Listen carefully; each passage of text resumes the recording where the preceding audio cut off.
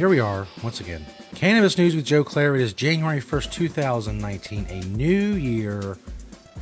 Happy New Year to everyone. Show, of course, presented as always by the Marijuana Times. Check us out at marijuanatimes.org. Click that video tab to find this show. There's also a bunch of great articles on there as well. Today, we're talking about the saga of the Cannabus. Also, an interesting, I guess, article from NBC News about legal marijuana. Supposedly the big promises made when it comes to social justice claims that apparently have not been fulfilled. Talk about that. Also, possible legalization in South Dakota. That's right, South Dakota. I thought I was going to say something else. And there will be attempts in other places, but today we're talking about South Dakota before we get to all that. Cannabis News is brought to you by NatureSide, nature-side.com, and their organic, all-natural pesticides. They're an awesome sponsor of the show. Grow safe and poison-free. Don't use harmful chemicals on what you are growing. Don't use banned pesticides. It doesn't matter what you're growing.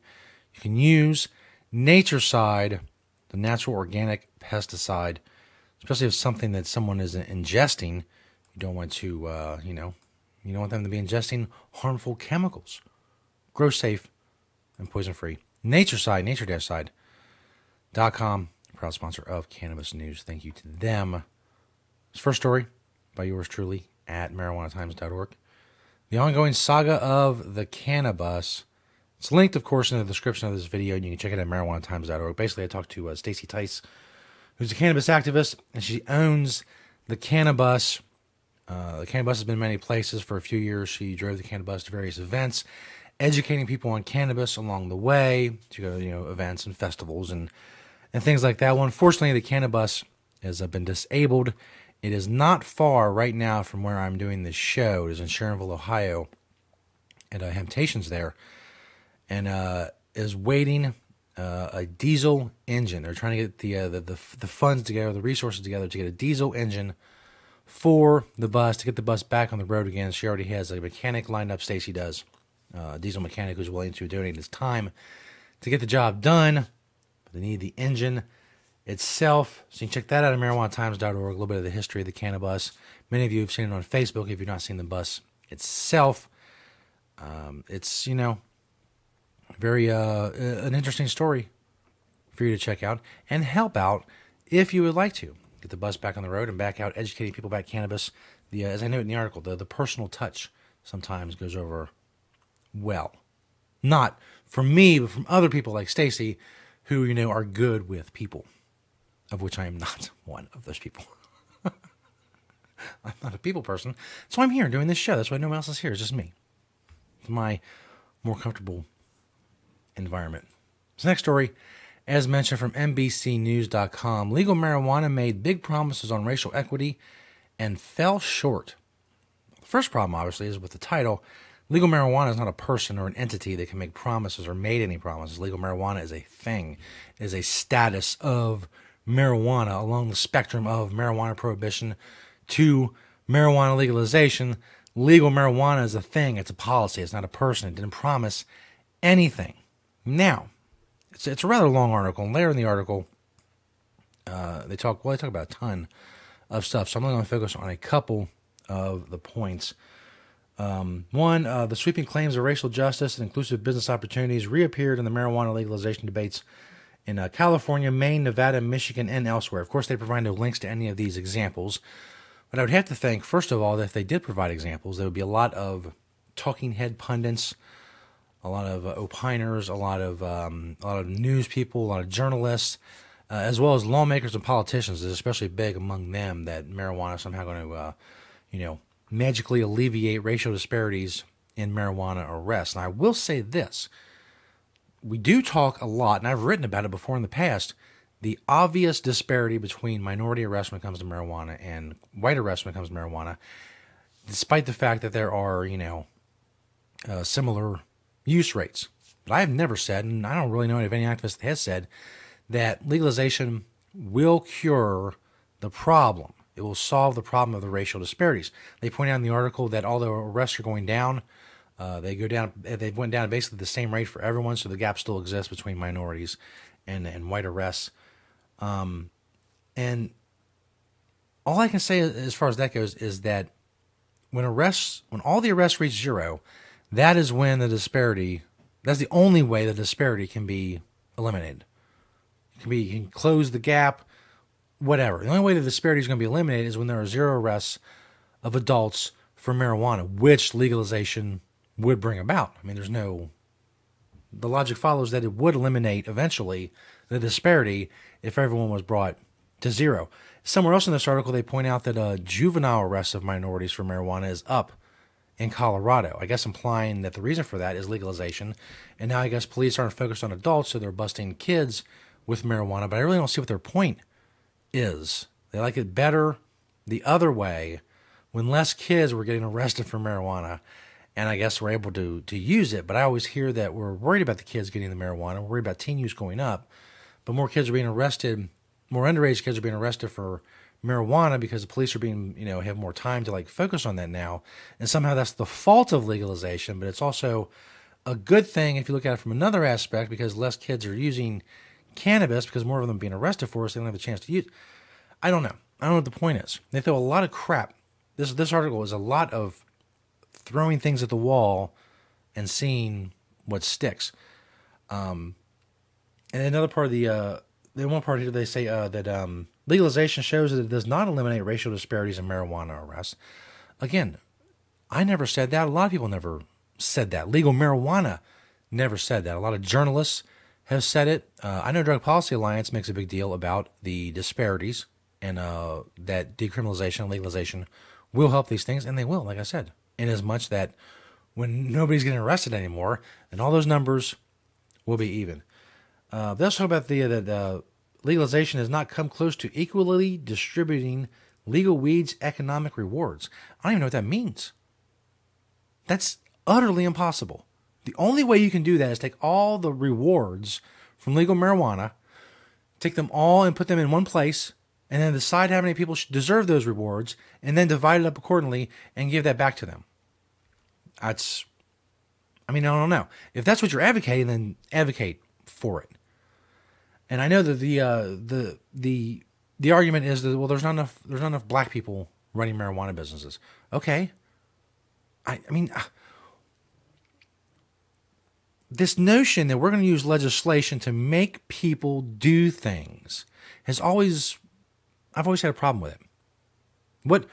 What's the obvious solution to that? Well, force black people to own marijuana businesses. What if you give all the advantages in the world to a black and African-American candidate for a business and there's still not enough? What's the next logical step? Well, then you're going to have to force black people into employment for marijuana businesses.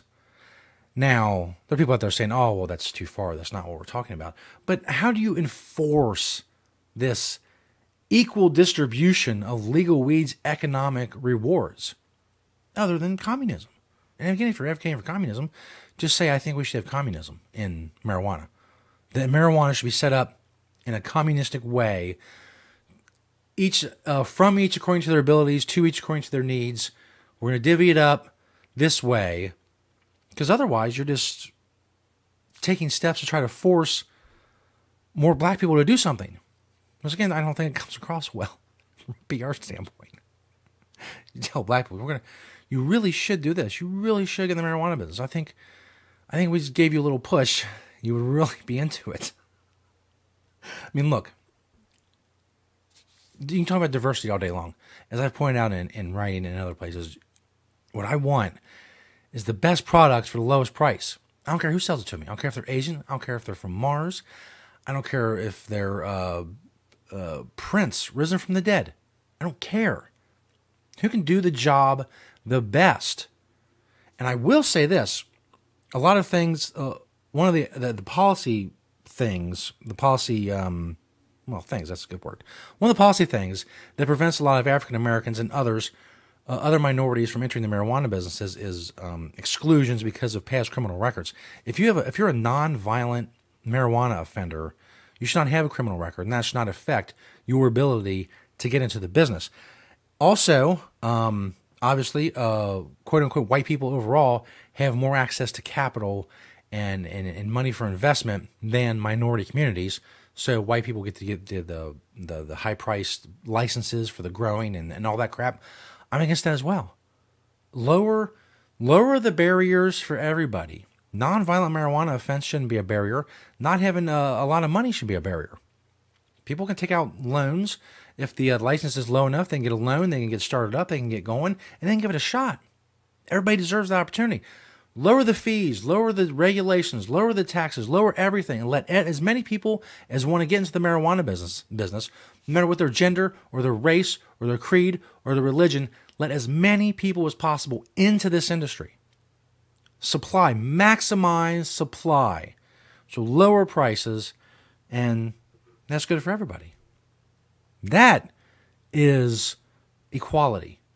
Everybody gets a shot if they want to take that shot. Not you should do this, but hey, if you want to, this opportunity is here for you, just like everybody else.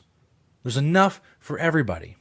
But of course, a lot of states would rather have really, really high fees and then, force people or try to get people who can't afford those fees into the business by with like another law saying, well, a certain percentage has to be of contracts has to go to this minority group. You don't have to do all that. Just lower the fees.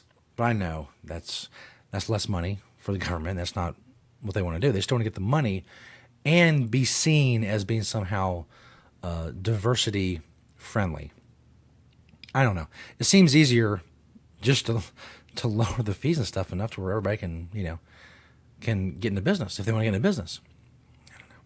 It's not my thing. But legal marijuana made no promises. I mean, it's stupid. That's a dumb title of an otherwise really, really awful article. This last story from KSFY.com. Proposed initiated measure would legalize marijuana in South Dakota. That's right. You heard me correctly. South Dakota. Proposed initiated measure looks to legalize marijuana in South Dakota, can make it on the November 2020 ballot. The measure would allow anyone over 21 in the state to possess, grow, and sell marijuana. Those under 21 will be allowed to use the drug with a doctor's permission. There's a link in the story that takes you to the actual wording. It's very, obviously broad. There's a lot of details and stuff to hammer out. But the push has begun. Let's say that, in South Dakota, to legalize cannabis. In November in North Dakota, things did not go well. The measure lost by, I think, 17 or 18 points. I'm not sure what it was, but they're going to make another attempt in North Dakota in 2020, it looks like. And also, now, in South Dakota, there is some other stuff about, localities cannot tax marijuana or paraphernalia use. Individuals under 21 may possess and ingest marijuana with a doctor's recommendation. Forbids prosecutions. Prohibits state enforcement of any law, including federal law regarding marijuana or paraphernalia, except as provided in the measure. There's really no possession limits or anything like that I can see. They're in there yet. I imagine those will be forthcoming because there was no limits in the North Dakota measure. And that did not go well, and a lot of people think that was the reason it did not go well. There wasn't any actual limits built in to the bill, and that kind of spooked some of the more conservative voters in North Dakota. We'll see what happens in North and South Dakota in 2020. We'll continue to update that and just a ton of other stories that happen every day in the cannabis world here on Cannabis News. Thank you for watching and listening and sharing and liking and commenting and all of those things. Check us out at marijuanatimes.org, of course. Also, thank you to NatureSide, nature-side.com, and their organic, all-natural pesticides. Thank you all. We'll see you next time right here on Cannabis News.